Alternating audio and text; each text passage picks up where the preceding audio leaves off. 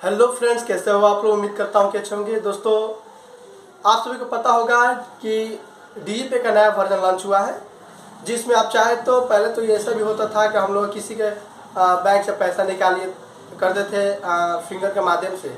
लेकिन अब ऐसा हो गया कि डीजीपे का जो भी आपके पास पैसे है उसे आप चाहे तो अपना सीएससी आईडी में ट्रांसफ़र कर सकते हैं। सीएससी में आईडी में ट्रांसफ़र करने के बाद आप चाहे तो उसे बिल पेमेंट कर सकते हैं या फिर किसी का एलआईसी भुगतान कर सकते हैं।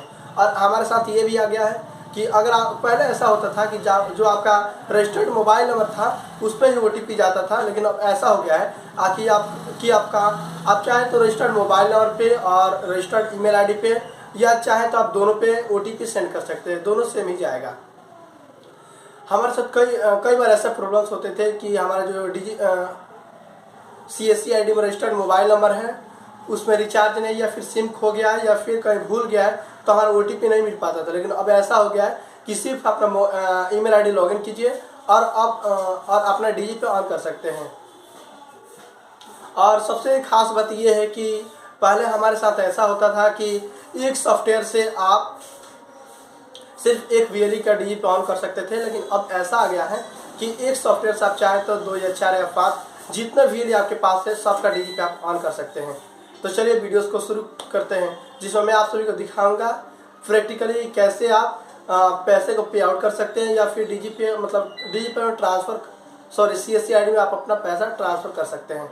तो चलिए वीडियोस को शुरू करते हैं। चलिए कंप्यूटर स्क्रीन पे। हेलो फ्रेंड्स, कैसे हो आप लोग। उम्मीद करता हूँ कि अच्छे होंगे। दोस्तों, देख सकते हैं कि मैं अपना कंप्यूटर स्क्रीन पे आ चुका हूँ और अब मैं आप सभी को बताऊंगा कि आप अपना डीजीपी को कैसे लॉगिन कर सकते हैं। डीजीपी में हमारा इस बार का ये खासियत आया है कि अगर आपके पास 2 भी सीएससी आईडी है तो आप उसको लॉगिन कर सकते हैं, अगर आपके पास एक भी है तो लॉगिन कर सकते हैं। पहले हमारे साथ ऐसा होता था कि एक ही सॉफ्टवेयर में एक आदमी का लॉगिन होता था, लेकिन अब ऐसा हो गया है कि आप एक ही सॉफ्टवेयर में चाहे तो 4 लोगों का लॉगिन कर सकते हैं, लेकिन बारी बारी से। देखिए, जैसे हमारा ये डीजीपी का सॉफ्टवेयर है, इसको अगर आपका पुराना वाला वर्जन है तो इसको अनइंस्टॉल मार के आप इसको इंस्टॉल करते हैं तो आपका नया वाला वर्जन इंस्टॉल हो जाता है। तो चलिए डीजीपी को ऑन करते हैं। इसके लिए सिंपली आपको लेफ्ट डबल क्लिक करना है। आपको डबल क्लिक करते हैं जब भी आप दिखा रहा है, देखिए, और अगर आपको लगता है कि 2 बार दबा दिए नहीं खुल पा रहा है तो दिखाएगा इसमें डीजीपी इंस्टेंस ऑलरेडी रनिंग। अब यहाँ सीएससी आईडी है, इसको टिक आउट करेंगे, प्रोसीड करेंगे।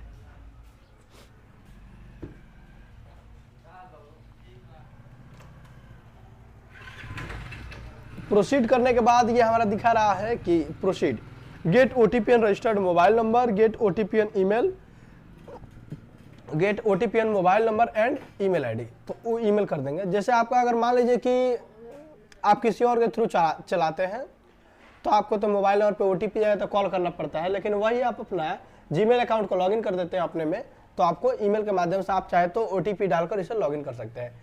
जैसे मेरा मोबाइल नंबर रजिस्टर्ड नहीं है तो इसके लिए मैं अपना मेल आईडी पर ओटीपी सेंड करना चाहता हूँ। जनरेट ओटीपी पर क्लिक करेंगे।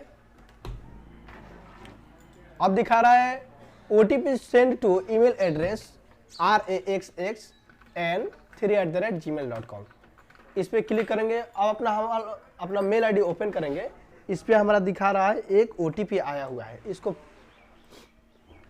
डालेंगे, इंटर करेंगे 02, वेरीफाई कर दिया। I hear bye given my constant, इसको आप टिक आउट कर लेंगे।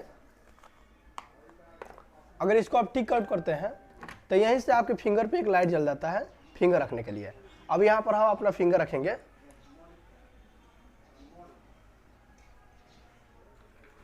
कैप्चरेड सक्सेसफुल, यानी हमारा फिंगर उठा लिया है, सपोर्ट कर लिया है।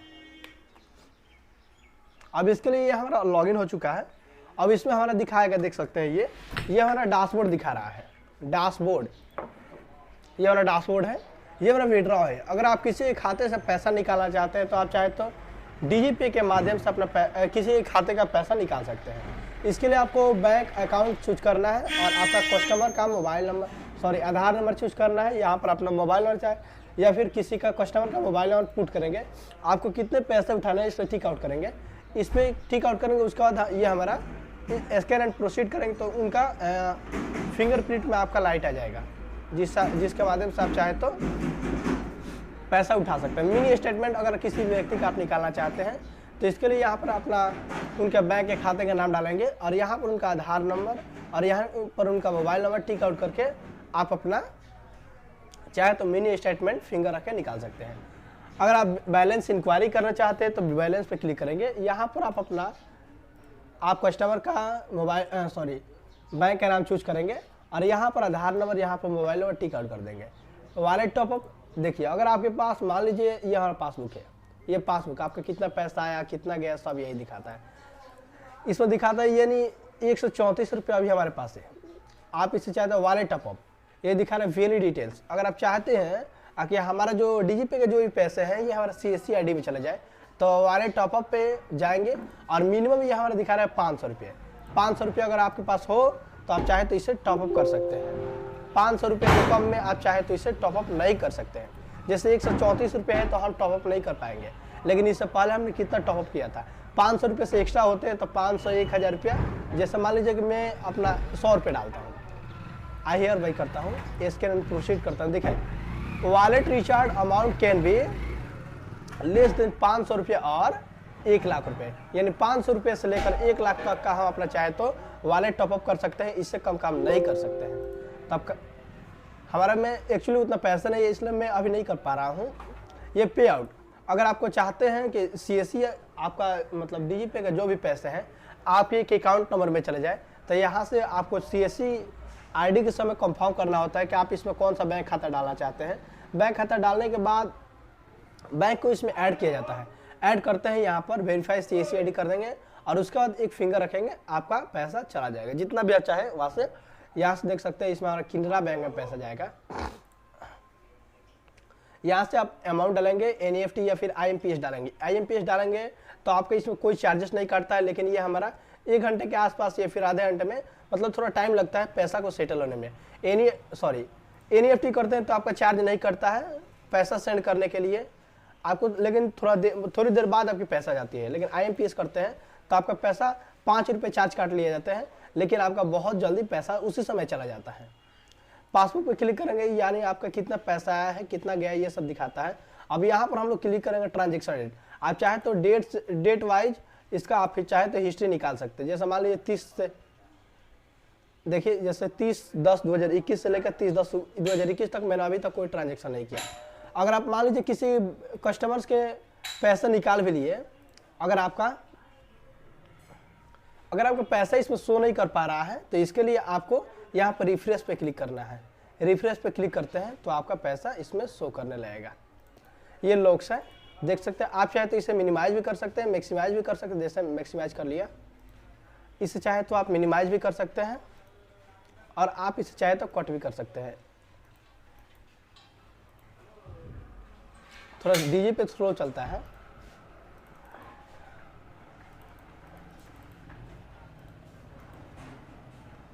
विंडोज क्लोज हो।